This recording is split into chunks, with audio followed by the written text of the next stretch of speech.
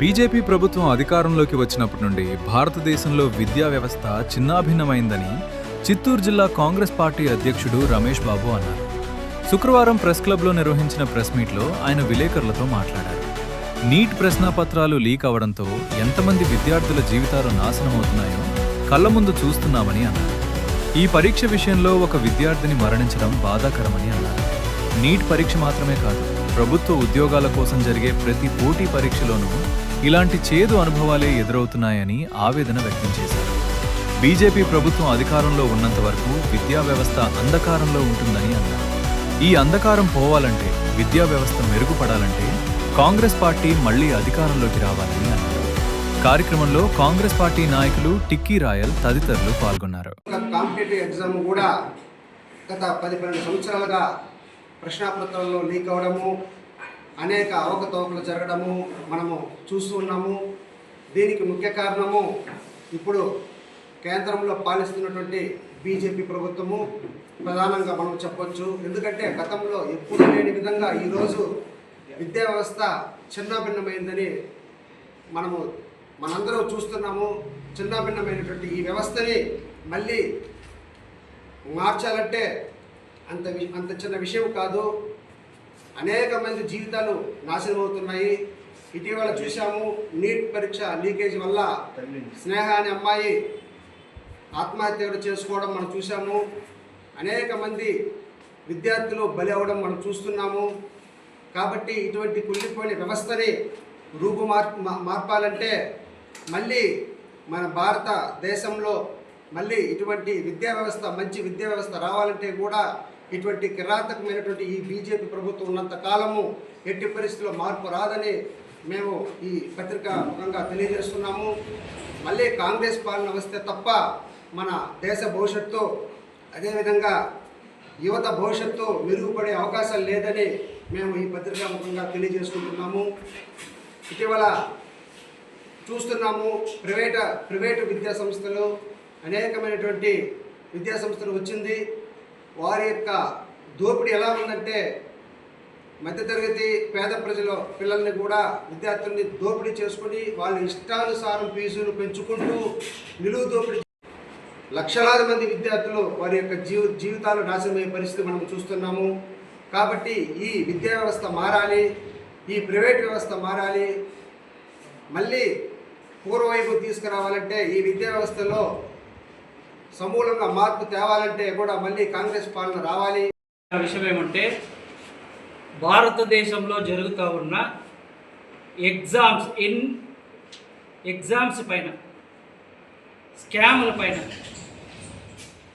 భారతదేశ ప్రభుత్వం చేస్తున్న నిర్లక్ష్యం, విద్యార్థుల జీవితాలతో, వాళ్ళ యొక్క భవిష్యత్తుతో దారుణంగా ఆడుకుంటున్న బీజేపీ ప్రభుత్వం. ఎందుకంటే మొన్న రీసెంట్గా 22 లక్షల మంది నీట్ ఎగ్జామ్ రాస్తే, ఆ నీట్ ఎగ్జామ్ 30,000కి, 20,000కి, 10,000కి టెలిగ్రామ్ అనే యాప్లో క్వశ్చన్ పేపరు అమ్మకానికి గురైంది. కొన్ని సంవత్సరాలుగా కష్టపడి చదివి రాత్రి పగళ్ళు వాళ్ళు చాలా కష్టపడి విద్యార్థులు చదువుకుని దానిపై ఎగ్జామ్స్ రాస్తే ఉన్న పలంగా ఒక్క ఆర్డర్తో ఆ ఎగ్జామ్స్ మొత్తాన్ని రద్దు చేయడం జరిగింది. దానివల్ల కొన్ని లక్షల మంది విద్యార్థులు మానసిక వేదనకు గురవుతున్నారు. అలాగే పదుల సంఖ్యలో విద్యార్థులు ఆత్మహత్యలు చేసుకున్నారు. అయినా కూడా ఈ ప్రభుత్వానికి చీమ కుట్టినట్టు కూడా లేదు. మేము కాంగ్రెస్ పార్టీ తరఫున గట్టిగా డిమాండ్ చేసేది ఏమంటే, భారత విద్యాశాఖ మంత్రి వెంటనే రాజీనామా చేయాలి. మళ్ళీ రీటెస్ట్ పెట్టడానికి నీట్కి మన భారత సైన్యం యొక్క తీసుకున్నారు, భారత సైన్యాన్ని ఉపయోగించుకున్నారు. ఫ్లైట్లలో పేపర్లను తీసుకురావడం జరిగింది. అంటే అంత దారుణంగా దిగజారిపోయినది ఈ విద్యా వ్యవస్థ. ఒక్క సంవత్సరంలో నీట్ మీద ఖర్చు పెట్టేది విద్యార్థి యొక్క తల్లిదండ్రులు ఎంతంటే 1,30,000 కోట్లు. అంటే మన భారత ప్రభుత్వము బడ్జెట్లో విద్యకి ఎంతైతే బడ్జెట్ కేటాయిస్తూ ఉందో అంత డబ్బులు కేటాయిస్తూ ఉంది. వాళ్ళ యొక్క తల్లిదండ్రులు, విద్యార్థులు. కానీ దీన్ని వాళ్ళు నిర్దాక్షిణ్యంగా, నిర్లక్ష్యంగా నడిపి ఇట్లా వందల సంఖ్యలో పేపర్లు లీకేజీలు అయ్యి ఏ ఒక్క ఎగ్జామ్ తీసుకున్నా లీకేజ్ లేకుండా జరిగే ఎగ్జామే లేదు భారతదేశంలో. అలాగే భారతదేశంలో జరుగుతూ ఉన్న విద్యా వ్యవస్థ 1000 మంది విద్యార్థులు పట్టభద్రులై బయటకు వస్తూ ఉంటే వాళ్ళకి నిర్దిష్టమైన వాళ్ళకు 12 ఉద్యోగాలు మాత్రమే దొరుకుతూ ఉంది.